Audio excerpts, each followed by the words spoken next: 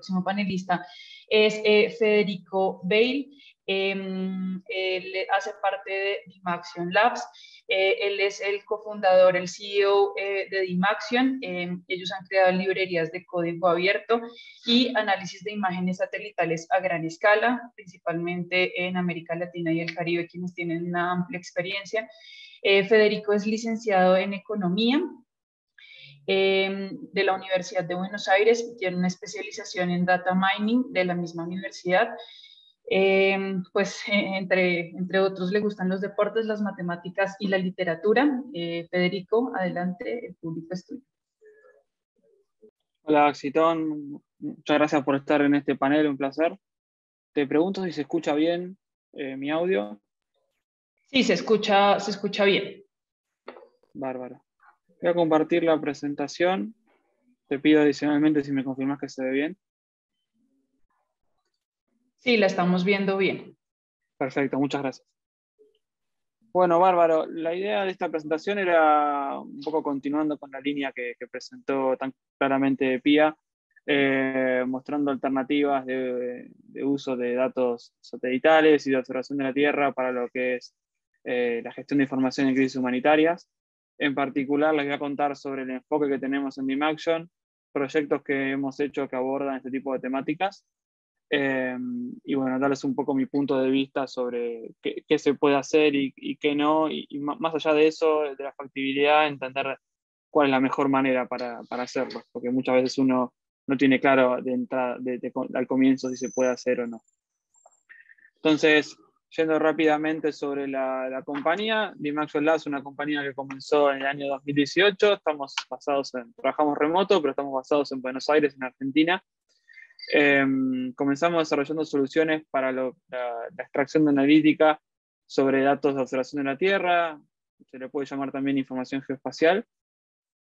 El trabajo nuestro comenzó con el mapeo de asentamientos informales en Argentina, puntualmente proveniendo de mi tesis de maestría, buscando un algoritmo para abaratar los costos para el mapeo.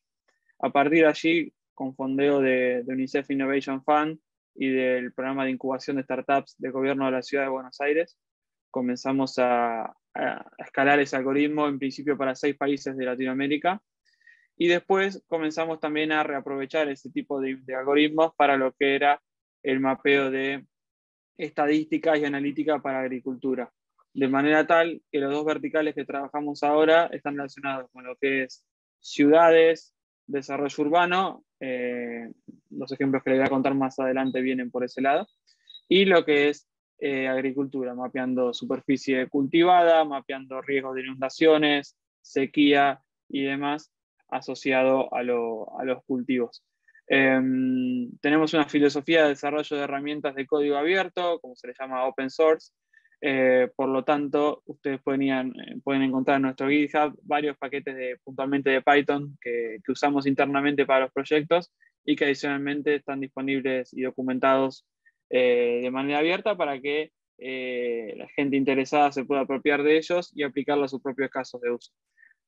Asimismo, colaboramos con otras plataformas de código abierto para subir nuestro código que esté disponible, por ejemplo, la plataforma de código para el desarrollo que tiene el Banco Interamericano de Desarrollo. Entonces, el problema que buscamos resolver nosotros es poder abaratar el costo de los relevamientos en terreno. Imaginen que necesitan, en esta imagen que se ve acá, que es del área urbana de Tegucigalpa, Honduras, también de Comayagüela, quieren saber cuántas escuelas hay dentro de estos 3.000 kilómetros cuadrados. Una de las maneras de hacerlo, la más asertiva, es recorrer el territorio. Suponiendo que no existen bases de datos previas o que se quiere actualizar una nueva base de datos, se quiere hacer un nuevo catastro. Necesitan recorrer el territorio completamente. En general, si esto se hace con personas, recorriéndolo, caminándolo, etc. Y esto suele llevar varios meses de trabajo. La gente está expuesta a riesgos, se necesitan equipos de logística, todo eso tiene un costo asociado, de manera tal que poder llevar a cabo estos relevamientos termina siendo costoso en el tiempo, costoso en dinero, y al fin y al cabo eso redunda en que no se hagan con una, digamos, periodicidad de actualización continua, de manera tal de poder invertir el menor dinero posible. Ahora bien, si ustedes quisieran mapear escuelas, es el caso, lo mismo para asentamientos informales, rellenos sanitarios, eh, áreas posibles de inundación y demás cuestiones. La idea nuestra es desarrollar software de código abierto que permita bajar el costo de todos los relevamientos a partir de lo que son imágenes de observación de la Tierra, datos no estructurados y algoritmos de visión por computadora, poder abaratar el costo de estos relevamientos, puntualmente que sean más baratos y también sean más rápidos, y de esa manera poder tener información con mayor frecuencia de actualización, más barata y que permita que se sigan haciendo los censos que son necesarios, el barrido por humanos en territorio, pero que entre medio de los censos se pueda tener información actualizada usando técnicas de computación más validación del terreno. Nuestra propuesta de valor es, digamos, hacer más fácil ese relevamiento por computadora y hacerlo accesible para organizaciones, municipios, empresas, ONGs que no tengan acceso a grandes presupuestos, pero requieran de esta información actualizada. ¿Cuál es nuestra visión? Yo les contaba que trabajamos en lo que es desarrollo urbano, trabajamos en agricultura. Esto se puede ver como dos verticales distintos, con distintos clientes, distinto enfoque. Sin embargo, creemos que no son para abordar estos verticales y, por ejemplo, monitorear el objetivo de monitorear el cumplimiento de los objetivos de desarrollo sostenible. Es necesario no tratarlos como entidades separadas, sino tener un enfoque general que contemple las interrelaciones entre sí. Hacerlo, digamos, trabajar con código abierto hace que esta interrelación, que sea compleja, al menos no requiera de pagar licencia de software, sea auditable, sea verificable por la comunidad y pueda ser replicable sin pedirle permiso a los creadores, ¿no? Y eso es lo que estamos buscando. Les doy un ejemplo que creo que ayuda a entender esta visión que tenemos. Por ejemplo, en Argentina, en el fin de año 2017, comienzo del año 2018, es cuando se da, todos los años, a fin de año y principio de año, es cuando se da la cosecha puntualmente de maíz, soja y girasol, que son cultivos que tienen un impacto, más allá de la seguridad alimentaria, tienen un impacto macroeconómico en lo que es la entrada de divisas a Argentina, la entrada de dólares, que permite financiar importaciones, crecimiento de las industrias y otro tipo de actividades. Ahora bien, la sequía de la campaña 2017-2018 hizo que el rendimiento de esos cultivos sea menor, por ende la cosecha sea menor, y eso redundó no solo en menor producción para los pequeños productores, sino también en una menor producción en general. En particular, hubo una caída del 18% en las toneladas cosechadas de maíz y un 29% en soja, según la Bolsa de Cereales. ¿Qué impacto tuvo eso? Bueno, tuvo un impacto en el Producto Bruto Interno de Argentina, puntualmente bajó un punto, y ese impacto de menor entrada de dólares hizo que la tasa de cambio, el tipo de cambio entre el dólar y el peso argentino, creciera un 32%. ¿Ok? ¿Qué hizo de esa manera? Que todos los salarios de los argentinos se deterioraron porque se devaluó la moneda, asimismo se achicó el presupuesto del Estado y por ende se dedicaron menores recursos para lo que era política pública, en particular para los, como se le llama acá, asentamientos o barrios populares. ¿Qué quiero ilustrar con esto? Que un problema climático impactó en la agricultura, por ser Argentina y los países en desarrollo dependientes en general de lo que son actividades de agricultura o de minería y demás, ese impacto lo que tuvo fue un impacto macroeconómico.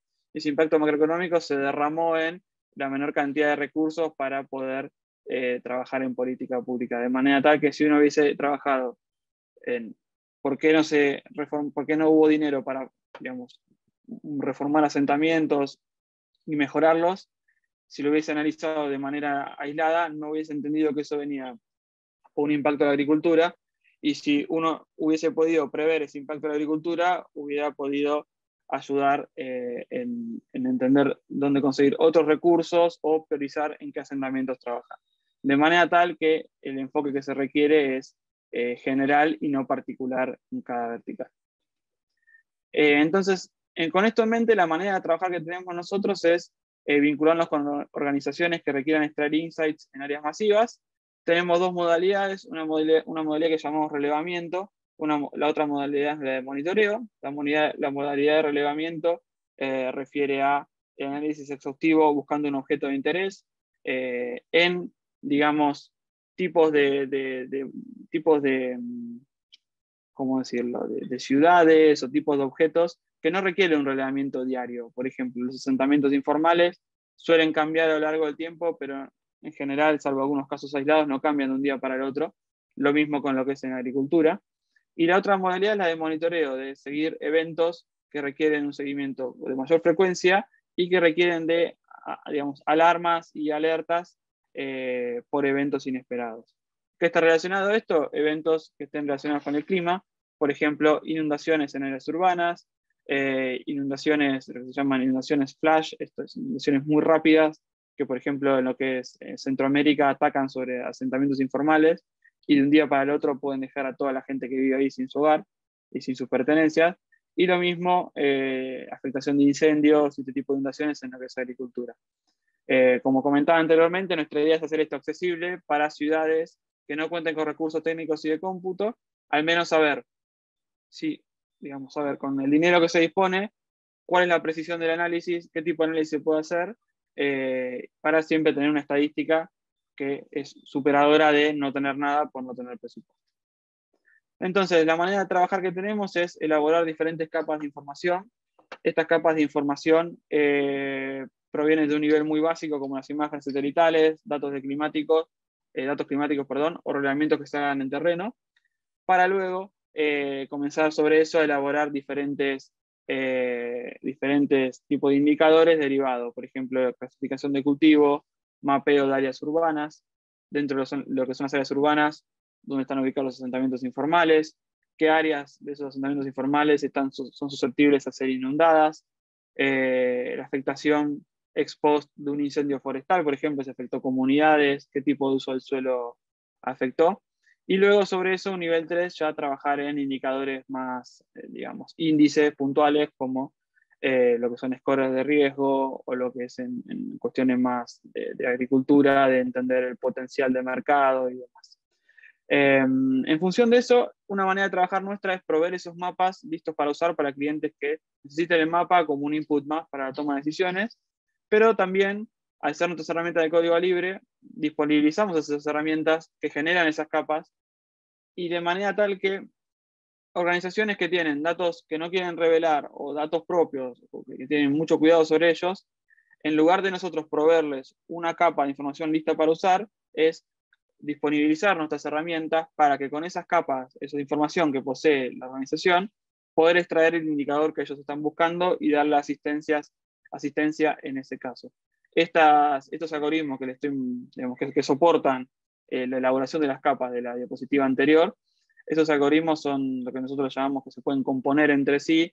Entonces, por ejemplo, uno puede tener de imagen satelital, un algoritmo que descarga la imagen, un algoritmo que detecta el área urbana. Eso se compone con el algoritmo que detecta asentamiento dentro del área urbana y a su vez se puede vincular con el algoritmo que calcula indicadores de topografía sobre el territorio. Entonces, digamos, se puede pensar en estos algoritmos como cajas de herramientas que se pueden vincular entre sí y de esa manera, junto con información que ya está disponible, información que posee DiMaxion e información que puede llegar a tener el stakeholder, crear un indicador complejo que permita ayudar en la toma de decisiones. Voy a ilustrar ahora 3 casos puntuales de cómo nos hemos vinculado con organizaciones, generando datos que creemos ayudan a entender cuestiones relacionadas con crisis humanitarias. El primer caso es el proyecto que les contaba que comenzó con DiMaxion Labs, de mapeo de asentamientos informales. Actualmente llevamos mapeados 6 países. En este año, marzo, hemos terminado el mapeo de todo Chile junto con la ONG Techo y estamos comenzando en abril el mapeo de San Pablo y Belo Horizonte en Brasil, también junto con Techo. La idea ahí es que ellos tengan un mapa actualizado de asentamientos, tengan asimismo una capacitación para su equipo técnico para que puedan usar esos mismos algoritmos en otras cosas y además entender el impacto de cuánto dinero se ahorra la organización por tener esta información en lugar de tener que salir a relevarla con voluntarios. De nuevo, esta información luego tiene que ser validada en terreno, pero al menos le permite tener una información preliminar que asimismo le ayude a planificar los relevamientos. Uno de los milestones que tuvo este proyecto fue contribuir con el primer censo de asentamientos informales que se hizo en Tegucigalpa, Honduras, por la ONG Techo, dándole los mapas de áreas con mayor probabilidad de encontrar asentamientos para que ellos luego releven en terreno, digamos. Es un ida y vuelta constante entre los que relevan en terreno, los que poseen los datos de verdad de campo y la parte computacional para poder iterar y tener mejores resultados. Por otro lado, relacionado con lo que les contaba en Honduras y demás, hemos trabajado con un instituto de planeamiento urbano en Boston y el año pasado, y este año estamos trabajando de nuevo con ellos, además con el apoyo de la Fundación McGovern en Estados Unidos, para lo que es entender no solo dónde están ubicados los asentamientos, sino entender dos dimensiones adicionales. Una dimensión es para dónde van a crecer estos asentamientos, analizando el comportamiento de la ciudad y cómo viene creciendo. Y por otro lado, entender si el lugar donde están creciendo esos asentamientos son lugares que tienen posibilidad de ser inundados. Entonces, la idea con eso es que ellos puedan, que esta información barata de obtener les permita planificar para dónde va a crecer la ciudad y de ese modo poder realizar un planeamiento urbano escalable en otras partes del país.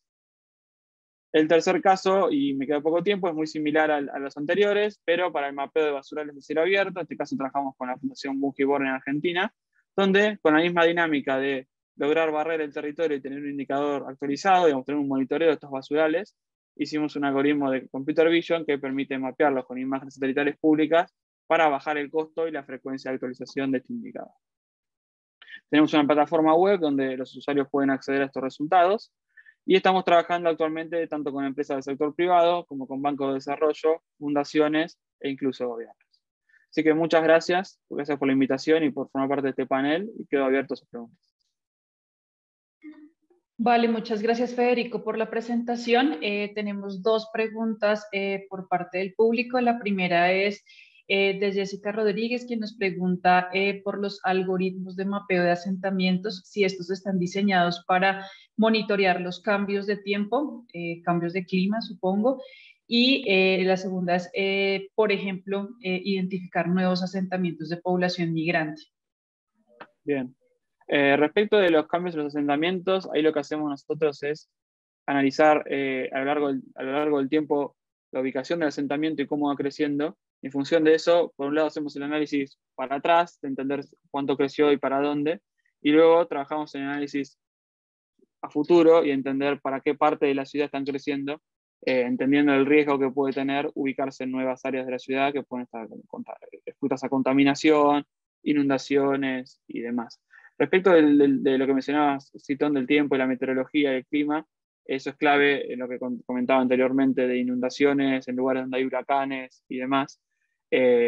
Quizá el asentamiento se esté formando de un área donde una subida de un río, una subida por ahí no de un río ahora, pero de que esté en un área costera que en el futuro se vaya a inundar dentro de unos años, hace que la gente que vive ahí probablemente pierda todo, y sería ideal que el gobierno, digamos, con esta información, los gobiernos o las organizaciones puedan trabajar en planificar y relocar a esa gente a un lugar seguro. Y la segunda pregunta, ¿cuál era, Citón? Perdón. No, la segunda pregunta ya la respondiste, que es sobre Bien. la identificación de los asentamientos. Bien. Tenemos una pregunta adicional de Luisa Pineda y nos pregunta si existe alguna consideración jurídica que se va a tener en cuenta para el mapeo de datos, por ejemplo, los temas de privacidad, de reservas estadísticas y cómo lo han manejado. Pues también un poco teniendo en cuenta lo que preguntaba anteriormente a Pía, tener diversas fuentes de información y cómo se ha manejado este tema. Excelente. Desde Dimaxion. Excelente. Primero hay una consideración y que me parece muy importante resaltar, que en el mercado de lo que son las imágenes satelitales, digamos, voy un minuto para atrás. Las imágenes satelitales, uno tiene los sensores públicos, los sensores comerciales y tiene sensores militares, por ponerle un nombre. Los sensores militares no están accesibles al público y son en general los que tienen mayor resolución las imágenes, se ven mejor, y en general violan cuestiones de privacidad y demás. No sé si recuerdan un tuit de Donald Trump de hace unos años, que tuiteaba una foto de un lanzador de un cohete en Irán, y se veía creo que si no me equivoco mal, la cabeza de la gente que estaba alrededor del lugar. Esas imágenes son militares y no se pueden comprar. Las imágenes comerciales tienen la limitación de lo que se llama resolución. No pueden tener un tamaño de píxel, no se pueden ver objetos relacionados con personas, relacionados con activos de las personas y demás. Por ejemplo, se puede ver una piscina, con la imagen más cara que se puede comprar, se puede ver la piscina de una casa, pero no se puede ver la cabeza de la persona, no se puede ver los objetos que tenga ahí. ¿Está bien? Eso es por una cuestión de privacidad. Ahora bien, eso por un lado como la fuente más básica de información. La realidad es que esas imágenes son muy caras y el acceso que tienen organizaciones, ONGs y demás es muy limitado. Entonces terminan trabajando con imágenes públicas. Y las imágenes públicas, la verdad que permiten delinear el polígono del asentamiento, pero no permiten trabajar contando los techos, delineando techos y demás. Entonces, en ese sentido, la cuestión de la privacidad por ahí está bastante salvada. Respecto de la otra parte, de las anotaciones y los datos del cliente, creo que ahí sí es muy importante trabajar con datos anonimizados, e incluso para el caso de nuestros algoritmos, por ejemplo el de asentamientos, no requiere saber el nombre de los habitantes que viven allí, ni dónde viven, ni su dirección, ni nada. Solamente necesitamos saber el polígono que engloba la totalidad del asentamiento. De cualquier manera, si uno quiere aprovechar ese análisis para sumar otra capa de información propietaria, ahí lo que se suele hacer es hacer un trabajo de confidencialidad, donde DiMaction solamente puede publicar como open data los polígonos del asentamiento, pero los indicadores derivados que se calculen con información que es confidencial, por ejemplo, de un gobierno que quiere usar esos datos para política pública como una transferencia monetaria, eso queda a resguardo del gobierno con sus políticas de confidencialidad y no hay ningún problema por eso. Vale, perfecto. Muchas gracias, Federico. Y tenemos dos preguntas más. La primera es, tú hablaste un poco sobre el uso de esas imágenes satelitales para estimar rendimientos de cultivos. ¿Qué tan precisas pueden ser estas estimaciones en términos de rendimientos de cultivo? Y si estas imágenes y estos modelos servirían para pronosticar las variaciones de los precios en el suministro de los alimentos. Excelente. Ahí hay dos maneras de pensar el problema. Una manera es pensarlo, si el destinatario de la información es un productor agrícola. Otra manera es pensarlo si el destinatario de información es alguien que está pensando en información más macro, digamos, más global. Si fuera un productor agrícola, por nuestra experiencia es bastante complejo y se requiere en general de datos previos de cómo es ese campo, la cosechadora y demás. Yendo al dato más macro, que creo que es el que responde al comentario de los precios de estos bienes, ahí lo que se suele hacer es análisis comparativos con años anteriores, entendiendo cómo vienen las variables que afectan al rendimiento del cultivo. El rendimiento del cultivo en general se ve afectado por cuestiones climáticas, como puede ser disponibilidad de lluvias en periodos críticos, humedad del suelo, temperatura y demás, asimismo también como el vigor que tienen las plantas. Eso se puede estimar año por año, se puede comparar entre años y entender si, por ejemplo, este año 2022, la vigorosidad del cultivo y el clima viene ayudando y se comporta como años que tuvieron un rendimiento alto o un rendimiento bajo. A lo que voy es, se puede trabajar no con el rendimiento en sí mismo numéricamente, sí con la tendencia del rendimiento, entender si va a ser un año bueno o malo, que eso en definitiva termina afectando la oferta de alimentos y termina afectando el precio. Gracias, Federico. Y la última pregunta, que es más relacionada con el uso de las tecnologías, es ¿qué herramientas ponen ustedes a disposición de las organizaciones y si tienen algunas herramientas que puedan utilizar sin necesidad de saber programación? Perfecto. Las herramientas que disponibilizamos nosotros están pensadas para gente que desarrolla software, eso es verdad. Sin embargo, nuestra premisa es que se ejecuten de manera muy fácil. Entonces, nosotros tenemos publicados en nuestro GitHub, por ejemplo, las herramientas, digamos, más primitivas del análisis, y después tenemos publicado también herramientas que usan esos ladrillos para construir. Por ejemplo, tenemos un algoritmo publicado de mapeo de áreas quemadas por incendios forestales, que combina diferentes algoritmos que hemos desarrollado, todo de código abierto. Entonces, si esa persona no tiene conocimiento de software, pero por ejemplo tiene conocimiento de mapas y GIS, podría analizar ese código, reemplazar dónde está ubicada la imagen, reemplazar ciertos parámetros, ejecutarlo sin necesidad de inmiscuirse en los detalles más finos de la parte de programación. Si esa persona no conoce de GIS y de programación, ahí sí lo veo un poco dificultoso, pero cualquiera sea el caso, siempre estamos abiertos a que se pongan en contacto con nosotros y poder comenzar cómo podemos ayudar.